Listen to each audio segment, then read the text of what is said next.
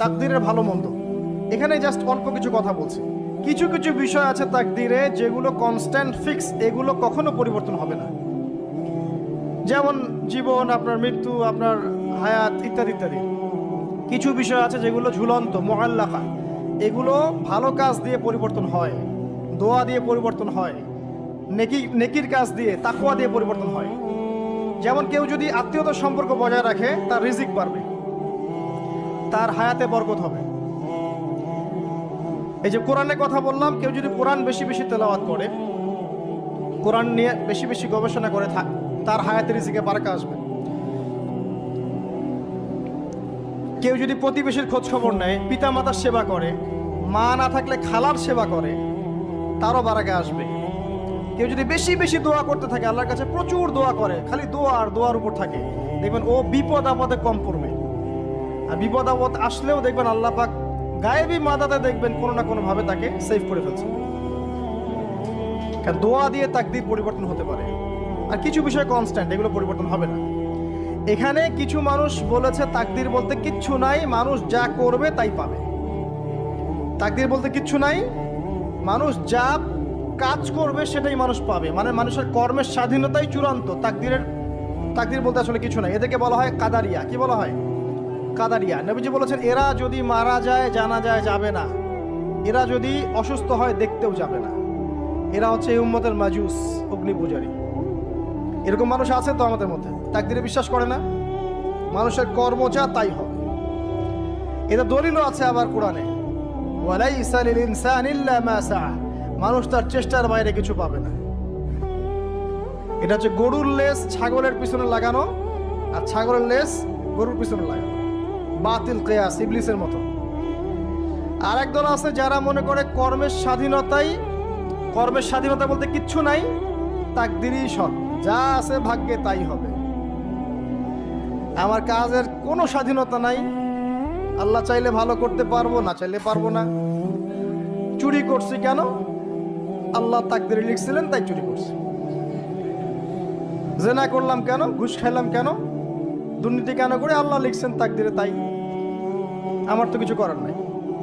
ওমর রাদিয়াল্লাহু আনহুর কাছে এরকম একজন ব্যক্তি আসছিলেন, একদিন বলছিলাম, এসে বলছে, আমি তো চুরি করি নাই, আল্লাহ তাকদীরে লিখছেন তাই আমি চোর হয়েছি।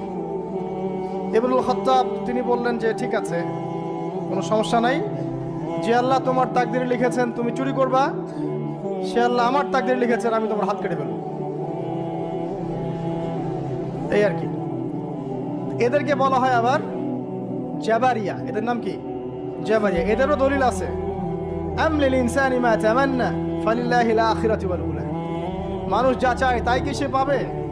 আল্লাহর হাতেই সমস্ত ক্ষমতা। মানে এরা হয়েছে কি, দুজন দুই দুয়ারে চলে গেছে। এর মাঝখানে ব্যালেন্সটা কি? তাকদীর আল্লাহর হাতে। আল্লাহ পাক তাকদীর লিখেছেন আসমান জমিন সৃষ্টির 50,000 বছর আগে, এরপরে আবার মায়ের গর্ভে যখন রূহ আসে তখনও, তারপরে লাইলাতুল কদরে তাকদীর আবার বাজেট পেশ করা হয়। কিছু বিষয়ে কনস্ট্যান্ট আর কিছু বিষয় হচ্ছে মুআল্লাকা, কাজের মাধ্যমে আপনি পরিবর্তন করতে পারবেন। আর নবী সাল্লাল্লাহু আলাইহি ওয়াসাল্লাম বলেছেন সাহাবীদেরকে যে মানুষকে যে ফলাফলের জন্য সৃষ্টি করা হয়েছে পৃথিবীতে তার কাজ সেরকমই হবে। মানে যাকে আল্লাহ পাক জান্নাতের জন্য সৃষ্টি করেছেন পৃথিবীতে সে সেরকমই কাজ করতে থাকবে। যাকে আল্লাহ পাক জাহান্নামের জন্য সৃষ্টি করেছেন বা যার তাকদীরে লেখা আছে সে জাহান্নামে যাবে, পৃথিবীতে তার কাজও তেমনই হবে। সূরা লাইলের মধ্যে দলিল আছে। এই 6টা বিষয় হচ্ছে ঈমানের পিলার, মনে থাকবে ইনশাআল্লাহ।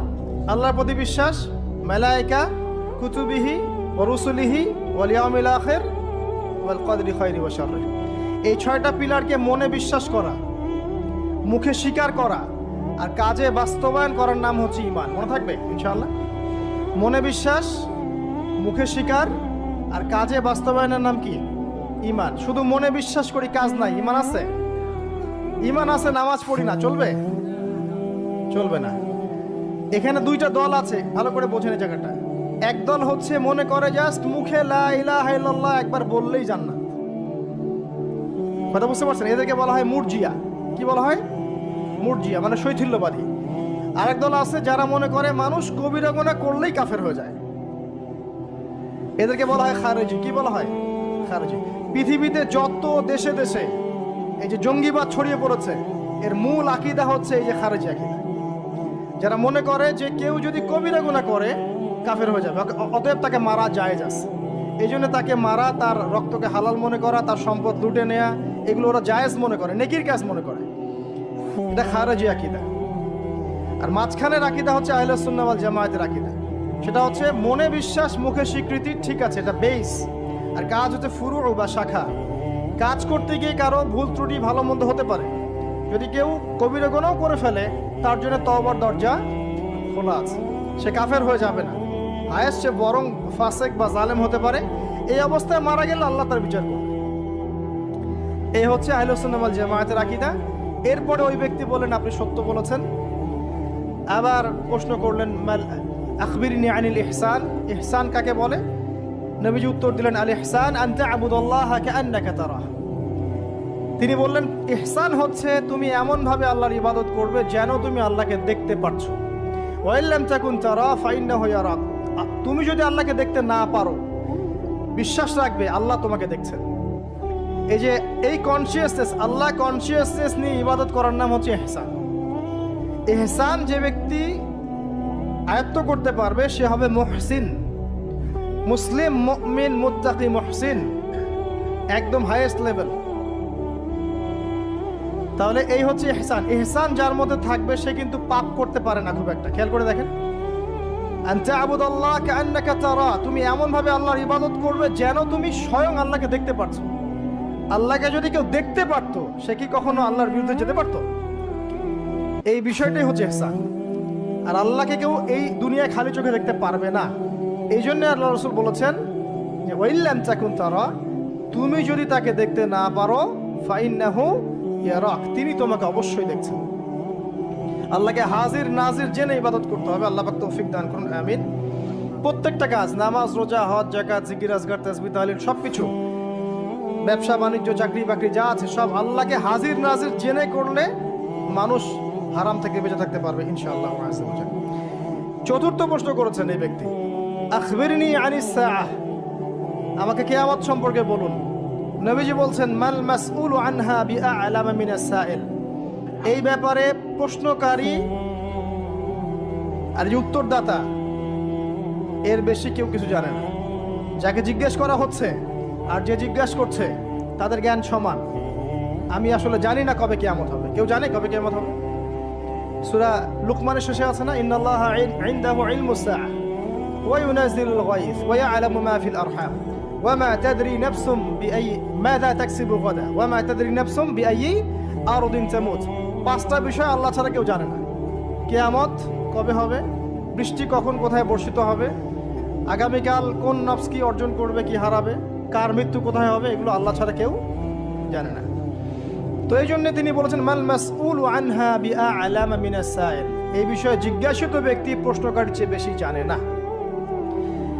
তিনি থেমে যান নাই প্রশ্নকারী, তিনি বলছেন আখবিরনি আন আমারাতিহা, আচ্ছা আপনার তো জানা নাই এক্স্যাক্টলি কবে কিয়ামত হবে, তাহলে আপনি বলেন এর কিছু আলামত বলেন, সাইন্স বলেন। নবীজি বললেন দুইটা মাত্র, একটা হচ্ছে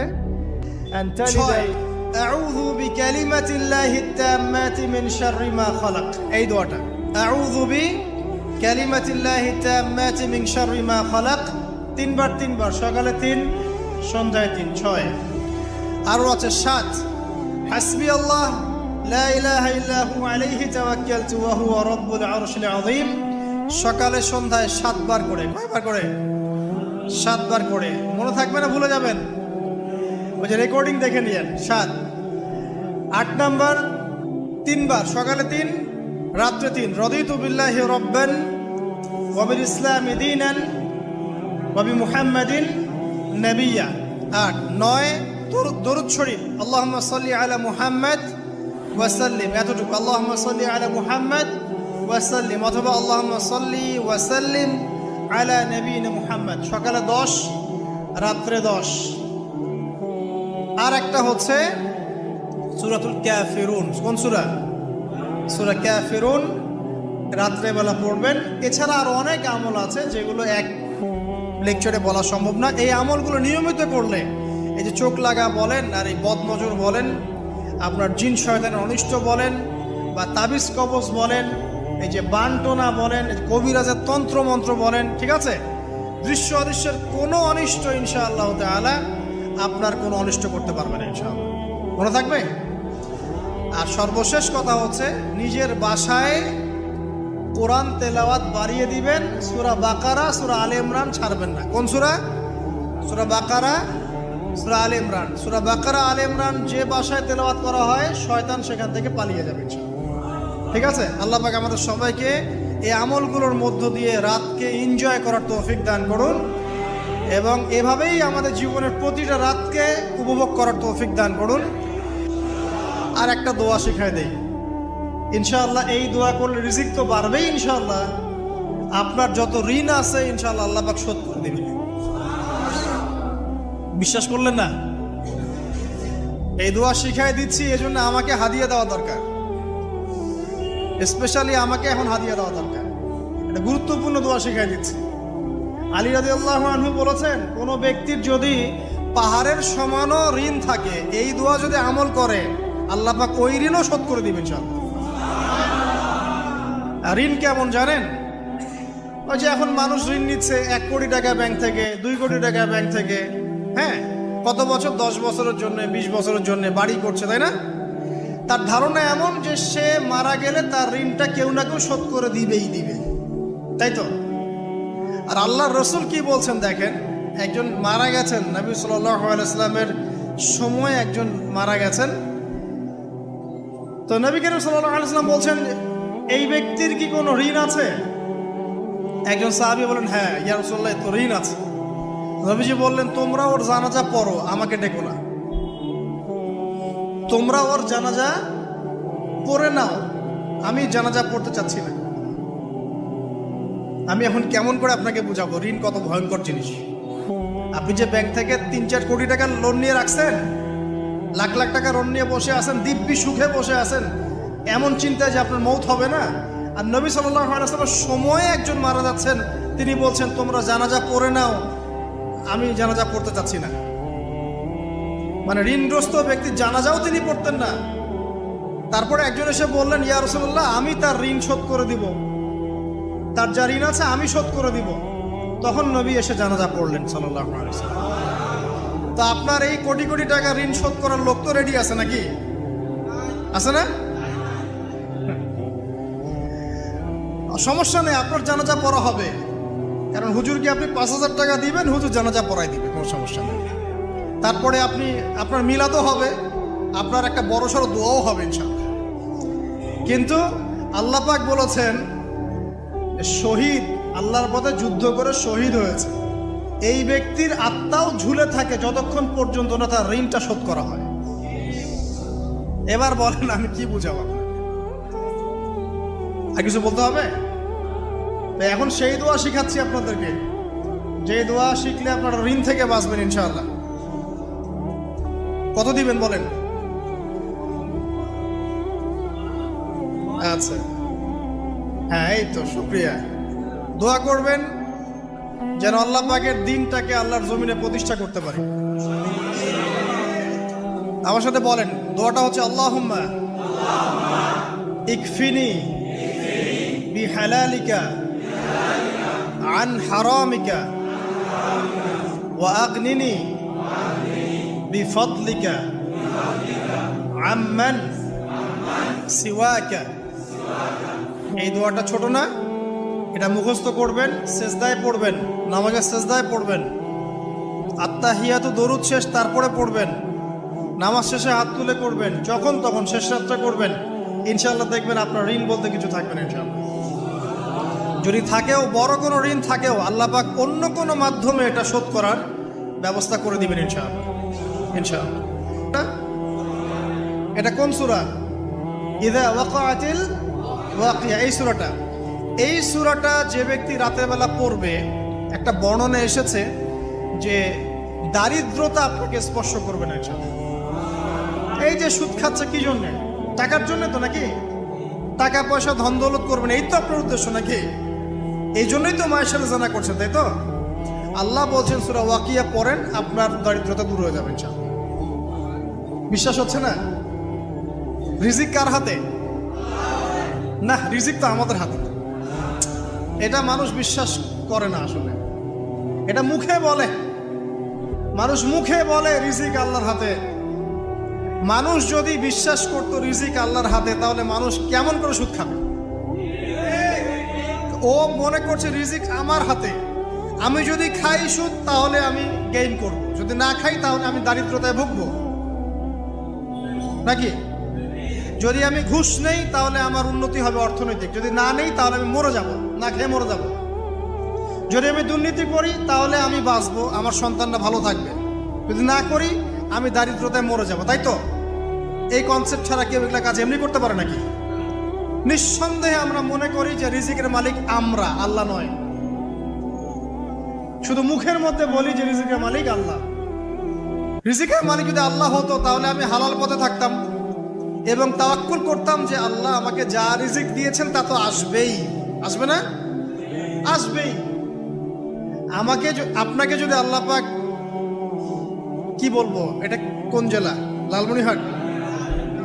লালমনিরহাটের 100 একর জায়গায় যত ধান হয়, এতগুলো ধান যদি আপনার আমল নামায় লেখা থাকে, মানে আপনার আমল নাম হচ্ছে রিজিকে, তাকদিরে, তাকদিরে আপনার তাকদিরে যদি লেখা থাকে যে আপনি 100 একর জমির ধান খাবেন তারপর মরবেন, আছে না লেখা? আচ্ছা, একটা দানা কম বেশি হবে? আপনি যদি আল্লাহর প্রতি তাওয়াক্কুলই করেন তাহলে আপনি হালাল পথে থাকবেন, বিশ্বাস করবেন যে আল্লাহ পাক যেটা লিখে রাখছে আমার তাকদিরে রিজিক, এর একটা দানা রেখেও আমি পৃথিবী থেকে যাব না, সিম্পল। তখন আপনার অন্য পথে যাওয়ার কোনো কারণ নাই। আর যখন আপনি বিশ্বাস করবেন না, না এটা আমার হাতে, আমি যত পরিশ্রম করব তত রিজিক বাড়বে, আমি যত ঘুষ নিব তত বাড়বে, যত সুদ খাবো তত বাড়বে, যত দুর্নীতি করবো তত বাড়বে, তখন তো রিজিকের এই পুরো দায়িত্বটা আল্লাহ পাক আপনার হাতে ছেড়ে দিবেন। আল্লাহ পাক আপনাকে কোনো বারাকা দিবেন না। ইয়ামহাকুল্লাহু রিবা ওয়া ইউরবিস সাদাকা। সদকা করলে সম্পদ বৃদ্ধি পায়, আর রিবার মধ্য দিয়ে সম্পদ ধ্বংস হয়ে যায়, একদম মাটিতে মিশে যাবে। কিভাবে ধ্বংস হয় সেটা এখন আলোচনা করার সুযোগ নাই, সময় নাই। আমি ইনশাল্লাহ আরেকদিন শুধু রিবা নিয়ে আলাদা আলোচনা করবো ইনশাল্লাহ। এটা সমাজের নিচু লেভেল থেকে উঁচু পর্যন্ত দরিদ্র মানুষদেরকে আরো দরিদ্র করবে আর ধনীদেরকে আরো ধনী করবে। সম্পদ এক শ্রেণীর মানুষের হাতে গিয়ে জমা হয়ে যাবে, সবার হাতে সম্পদ এভাবে সার্কুলেট করতে থাকবে না। আর যখন আপনি জাকাত ভিত্তিক অর্থনীতি চালু করবেন, সদকা করবেন, হালালে থাকবেন, ব্যবসা করবেন, তখন সম্পদ এক হাত থেকে আরেক হাতে ঘুরতে থাকবে, ঘুরতে থাকবে, ঘুরতে থাকবে। এটা এমনি বুঝবেন না, ইনশাআল্লাহ আরেকদিন বুঝাবো। আসেন, যে দারিদ্রতা দূর করতে চান, সচ্ছলতা চান, কয়েকটা কাজ করেন। এই যে বললাম, 1 নাম্বার সূরাতুল ওয়াকিয়া তেলাওয়াত করেন, 5 ওয়াক্ত নামাজ জামাতে পড়েন, ডেইলি কিছু সময়ের জন্য কোরআন তেলাওয়াত করেন, আর আল্লাহর কাছে রিজিক চান, জিকির বেশি বাড়ায় দেন। পারবেন না ইনশাআল্লাহ? তো রাত সংক্রান্ত নবী সাল্লাল্লাহু আলাইহি ওয়াসাল্লামের বেশ কিছু আমল আছে। এই আমলগুলো আল্লাহ পাক আমাদের সবাইকে করার তৌফিক দান করুন, আমিন। তার মধ্যে প্রথম আমলটা হচ্ছে, সূর্য ঢলে গেলে নবী করিম সাল্লাল্লাহু আলাইহি ওয়াসাল্লাম মাগরিবের সালাত আদায় করতেন, এবং সালাত আদায় করার পর নবী সাল্লাল্লাহু আলাইহি ওয়াসাল্লাম পুরো রাতের জন্য কিছু ইবাদত করতেন। তার মধ্যে অন্যতম হচ্ছে একবার আয়াতুল কুরসি তেলাওয়াত করা। আমাদের মধ্যে আয়াতুল কুরসি সবাই জানি তো? কোন সূরার কত নম্বর আয়াতকে আয়াতুল কুরসি বলে? সূরা বাকারার 255 নম্বর আয়াত। মাশাআল্লাহ। আয়াতুল কুরসির ব্যাপক ফজিলত আছে। যে ব্যক্তি প্রত্যেক ফরজ নামাজের পর,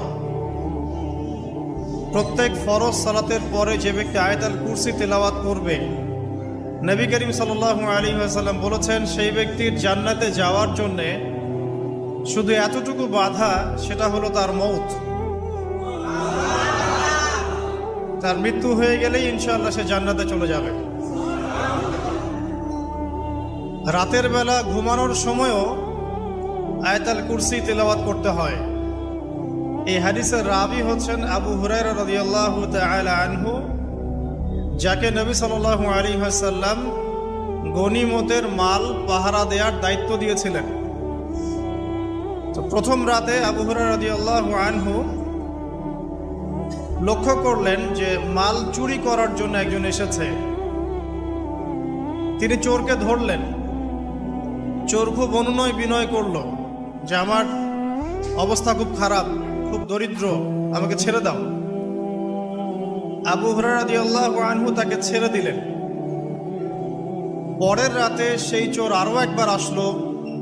তিনি আবার তাকে ধরলেন, আবারও ছেড়ে দিলেন। তৃতীয় রাতে তিনি তাকে ধরলেন এবং বললেন, এবার তোমাকে আমি ছাড়ব না। তখন সেই ব্যক্তি বিখ্যাত সাহাবী আবু হুরায়রা রাদিয়াল্লাহু আনহুকে বলছেন যে আমি তোমাকে বিশেষ একটা আমল শিখিয়ে দিব, যে আমলটা করলে পরে রাতের বেলা শয়তান তোমার নিকটবর্তী হবে না। তো আবু হুরায়রা রাদিয়াল্লাহু আনহু বলছেন, কি সেই আমল, শিখিয়ে দাও, যদি শিখিয়ে দাও তাহলে ছেড়ে দেব তোমাকে। তখন সেই ব্যক্তি বলছে যে রাতের বেলা কেউ যদি আয়াতুল কুরসি তেলাওয়াত করে ঘুমানোর সময়, সেই ব্যক্তির ধার কাছেও শয়তান আসবে না ইনশাআল্লাহ।